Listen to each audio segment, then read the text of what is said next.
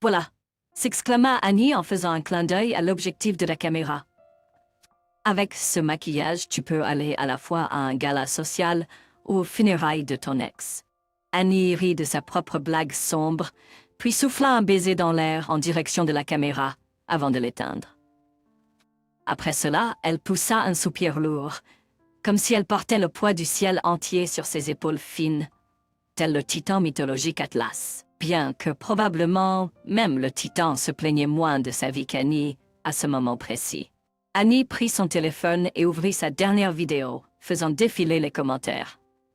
À chaque mot, phrase ou emoji qu'elle lisait ou voyait, son humeur baissait, et ses sourcils se fronçaient au niveau du nez. Quels gens ingrats! S'emporta-t-elle, en bloquant son smartphone et en le jetant sur la table. Elle s'adossa dans le fauteuil rose et contempla le plafond éclairé par des néons. Annie Cargill, connue sur le World Wide Web sous le nom d'Annie OK, était une blogueuse beauté de premier plan. Elle avait tout ce dont elle n'avait jamais rêvé auparavant, de l'argent, de la célébrité, de la popularité et plusieurs centaines de milliers d'abonnés. Les offres publicitaires affluaient comme une corne d'abondance, ce qui lui permettait de mener un style de vie luxueux. Son appartement était situé dans l'un des complexes d'élite. Annie se faisait plaisir avec des marques de créateurs et s'adonnait à certains péchés, comme l'orgueil. Elle avait également appris à mentir, quelque chose qu'elle n'avait jamais fait auparavant. Annie avait grandi dans un orphelinat à l'âge de 13 ans, après avoir perdu son unique gardienne, sa grand-mère. Bien sûr, personne n'était pressé d'accueillir une adolescente, elle est donc restée sous la garde de l'État jusqu'à sa majorité. Après avoir obtenu son diplôme, Annie est allée étudier les relations publiques à l'université et a rencontré Nick. Bientôt, il est devenu son meilleur ami, puis son agent. Le fait est qu'Annie a découvert son talent pour le maquillage alors qu'elle était encore à l'orphelinat. Là-bas, elle maquillait souvent les filles avec du mascara sec et un maigre ensemble d'ombre qui sentait les gants en latex. Mais les filles étaient émerveillées par leur jeune maquilleuse et ne pouvaient pas se détacher du miroir pendant de longues périodes. Au cours de leur 3e année d'université, le professeur a assigné un projet de groupe. Je vous propose de vous diviser en groupes de 2 ou 3 personnes, dit le professeur. Vous devez créer un compte sur les réseaux sociaux et commencer à promouvoir du contenu. Les étudiants se sont divisés en 2 camps. Certains se plaignaient de ne pas vouloir devenir des blogueurs, tandis que d'autres étaient enthousiastes. Celui qui récoltera le plus d'abonnés d'ici la fin du semestre réussira automatiquement l'examen, ajouta le professeur, offrant ainsi une solide incitation. Alors tout le monde s'est enthousiasmé. Solani et Nick sont associés. Ils étaient unis dans leur désir de réussir facilement l'examen. De quoi allons-nous parler dans notre blog? Demanda Annie lorsqu'ils sont arrivés à la résidence universitaire. De quoi les gens s'intéressent-ils de nos jours? Nick jeta un coup d'œil à quel point le bout du nez d'Annie brillait magnifiquement et à quel point les étoiles scintillaient sur ses pommettes. Aujourd'hui, elle portait à nouveau un maquillage amusant et ressemblait à une fée. Nick pensa soudain que son ami avait probablement dépensé toute sa bourse pour des cosmétiques et qu'il devait la nourrir. « Et toi ?» proposa-t-il soudainement. Annie a cligné des yeux et a froncé son nez. « Tu peux pas penser à un sujet plus ennuyeux. Ma vie se résume à toi et à étudier. Je vis dans un dortoir avec une colocataire méchante. D'ailleurs, l'une d'entre elles vole mes cookies. » Nick a éclaté de rire. « Non, je suis sérieuse, Annie. Je demandais ce qui intéressait les gens. Il y a beaucoup d'adolescents sur Internet. Tu pourrais montrer ton maquillage, parler de ton passé, partager tes pensées. Tu es bien plus intéressante que beaucoup de ces blogueurs. » À l'époque, Annie n'a fait que. Cependant, le temps passait et il n'y avait pas de nouvelles idées. Bien que l'idée de devenir blogueuse effrayait et attirait la fille, elle a finalement dit oui. Le surnom Annie OK était choisi par Nick. Déjà blague pouva.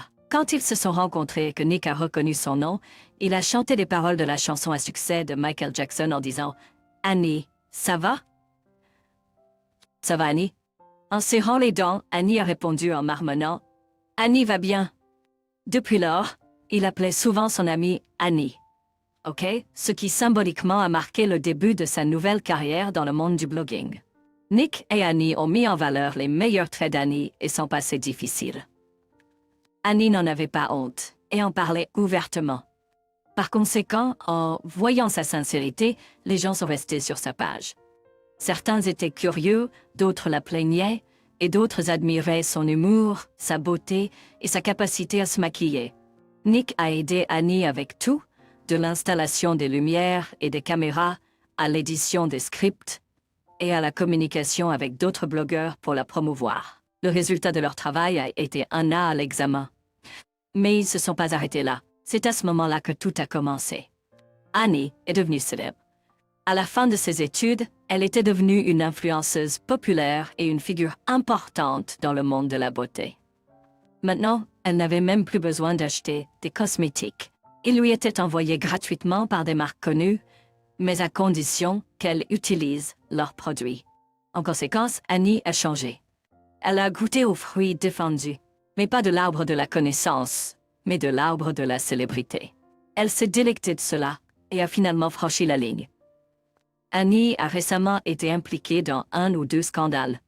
Par conséquent, au lieu d'admirer les nouvelles photos et vidéos d'Annie, les gens ont discuté dans les commentaires de ce qu'elle était devenue une méchante. Je me suis abonnée à Annie il y a longtemps, quand elle plaisantait beaucoup et parlait de la vie à l'orphelinat. J'ai appris le maquillage grâce à ses leçons. Cependant, maintenant je n'y fais plus confiance. Désabonnement, quelqu'un a écrit dans les commentaires « Comment la célébrité change les gens ». Annie était autrefois la blogueuse la plus gentille, mais maintenant, elle est comme tout le monde. Un autre abonné a écrit et de tels commentaires sont apparus chaque jour. Pire encore, les sponsors ont commencé à se retirer. Pas tous, bien sûr. Certains ont également aimé la mauvaise publicité, mais la plupart ont retiré leurs offres, ne voulant pas ternir leur réputation. Le problème était qu'Annie, en échange d'une grosse somme d'argent, a accepté de faire la publicité d'un mauvais produit, malgré les tentatives de Nick de la dissuader.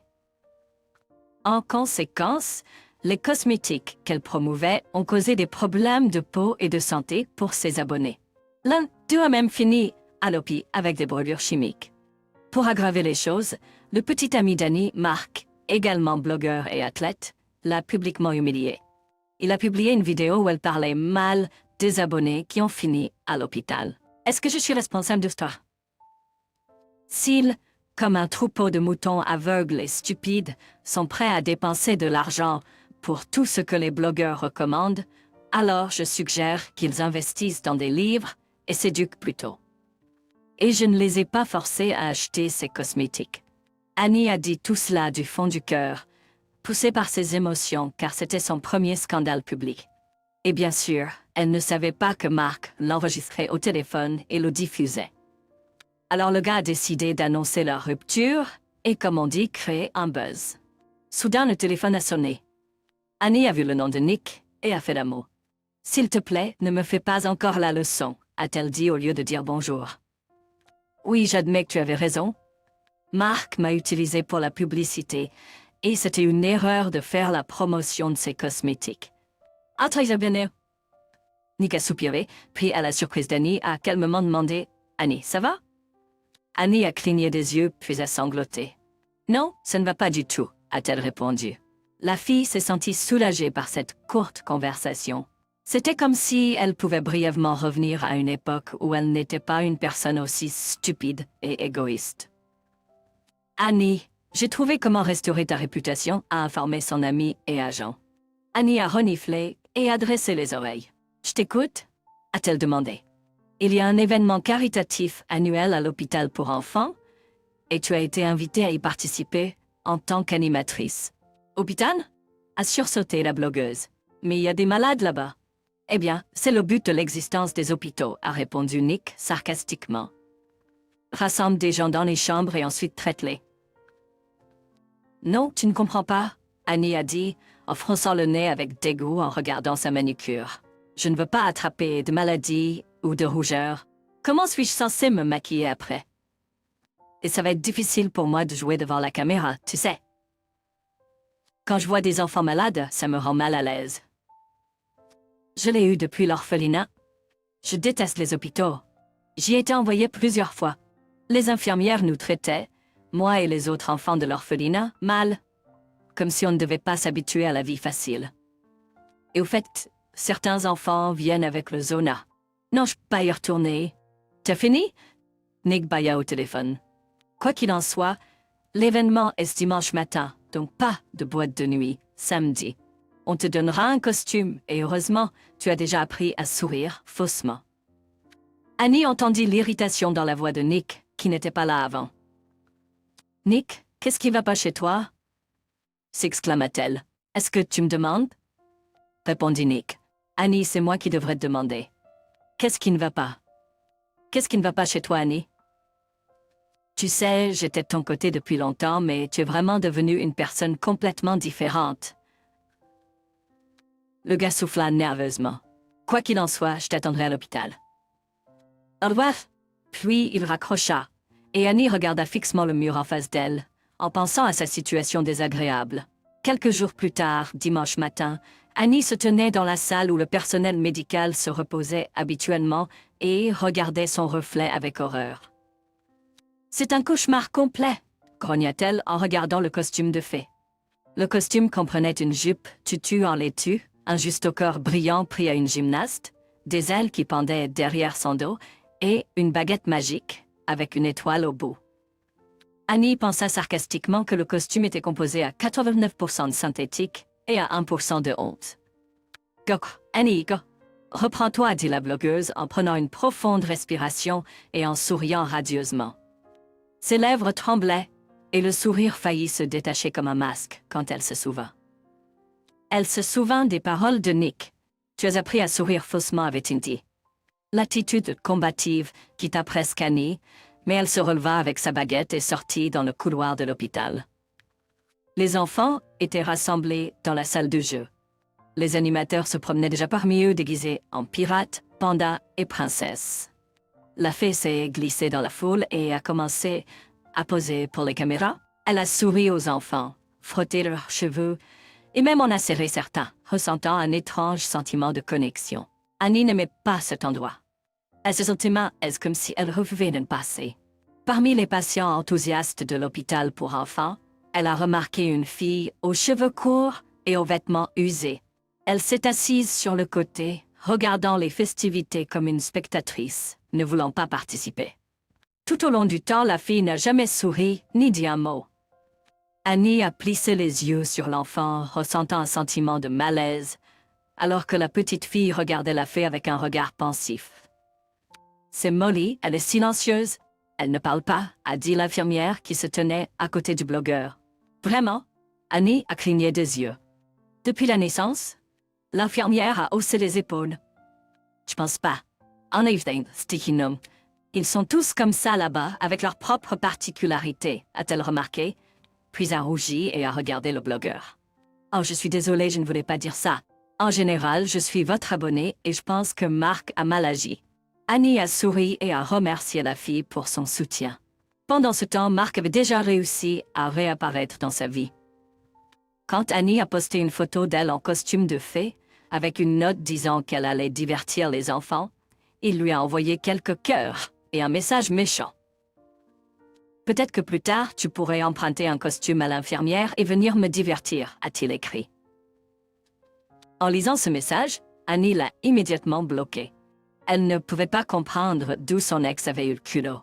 « Il semble que parmi les hommes décents, il ne reste que Nick » pensa la fille. Son fidèle ami est également à l'hôpital. Il ne portait pas de costume, mais il divertissait joyeusement les enfants. Annie laniardait même alors qu'il jouait avec les enfants.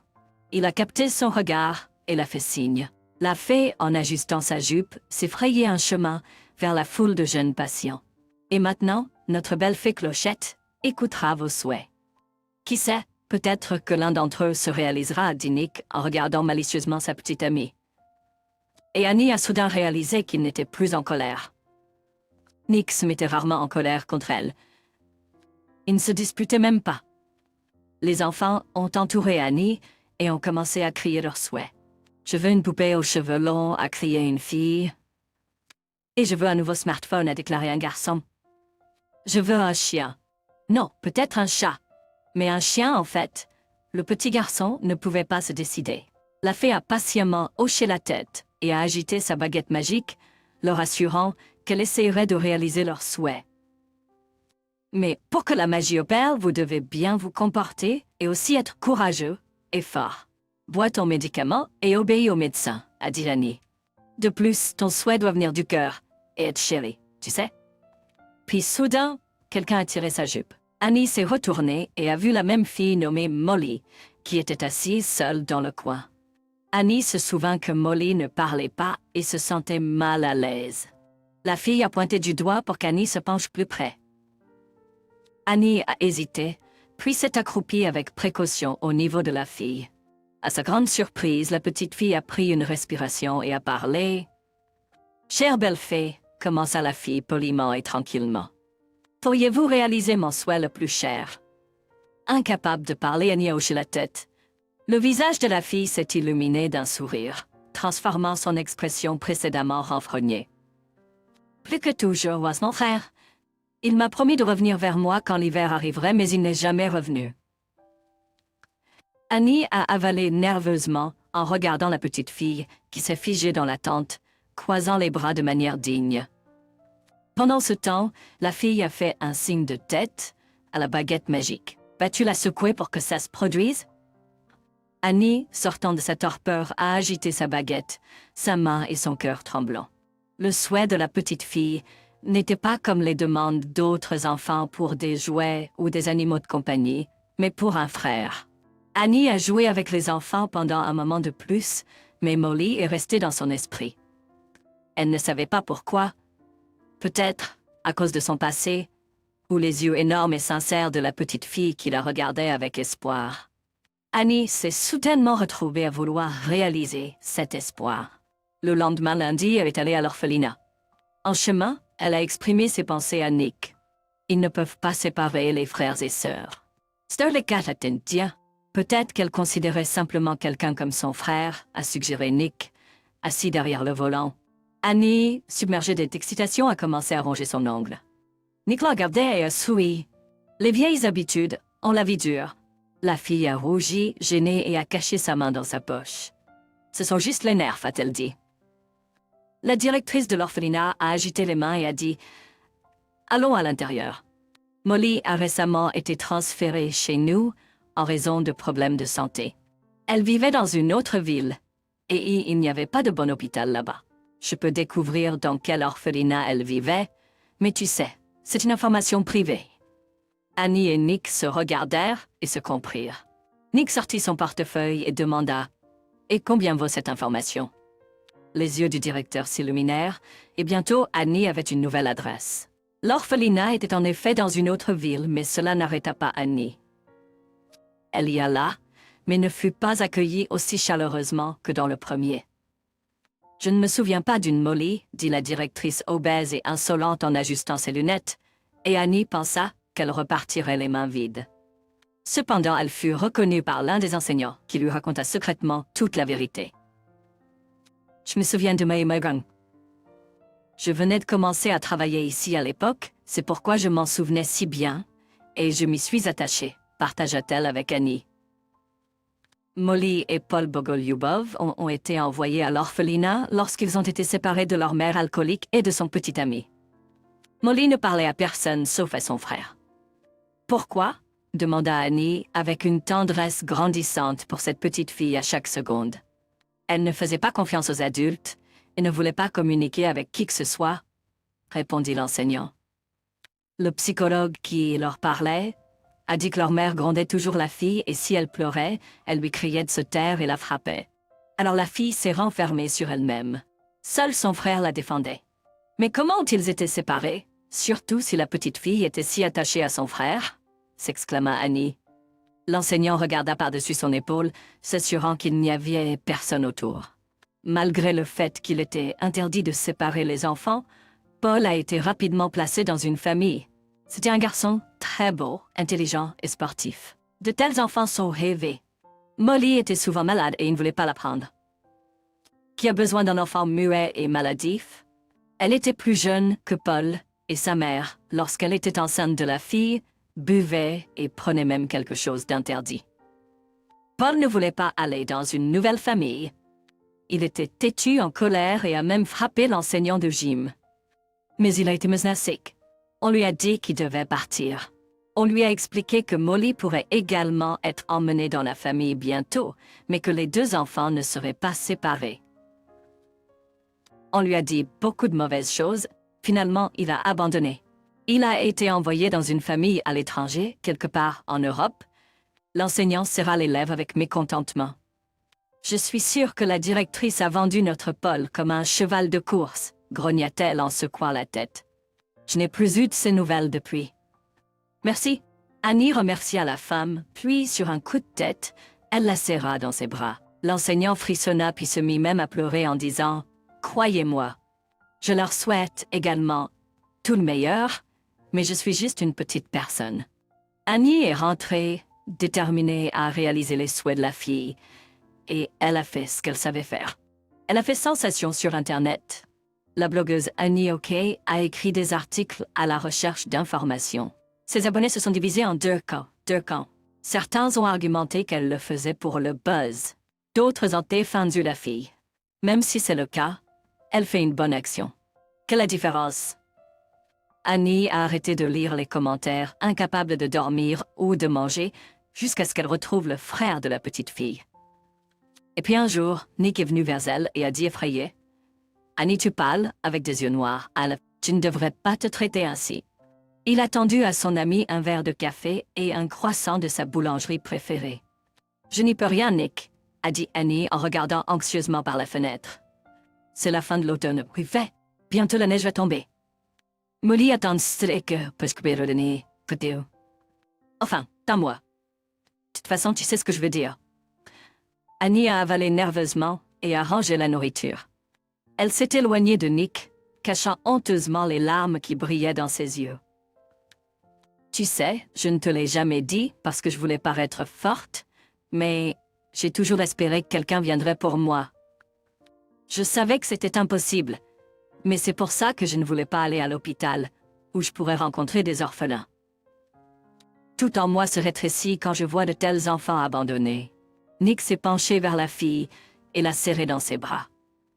Elle s'est blottie contre son épaule et a frotté sa joue contre son pull en laine piquante. Nick portait toujours de tels pulls. « Pourquoi tu portes ces pulls ?» a-t-elle chuchoté en retenant ses larmes.